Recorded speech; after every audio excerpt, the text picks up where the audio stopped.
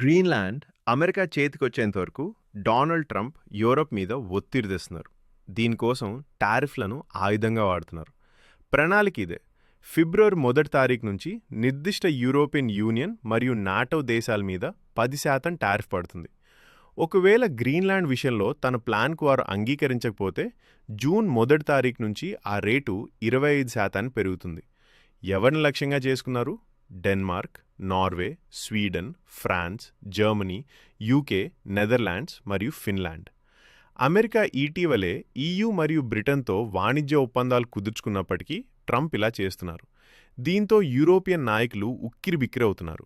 Ursula వండర్లెన్ వంటి అధికారులు అత్యవసర సమావేశాలు జరుపుతున్నారు. ఇటాలియన్ ప్రధాని జార్జియా మెలోని దీన్ని చాలా పెద్ద తప్పు అని పేర్కొనగా, ఫిన్లాండ్ ప్రధాని దీన్ని ఆమోదయోగ్యం కాదు అని చెప్పారు. ఈ చర్య మొత్తం ట్రాన్స్ అట్లాంటిక్ సంబంధాలను ప్రమాదంలో పడేస్తుంది. యూరోప్ లొంగుతుందా? అప్డేట్స్ కోసం సబ్స్క్రైబ్ చేయండి.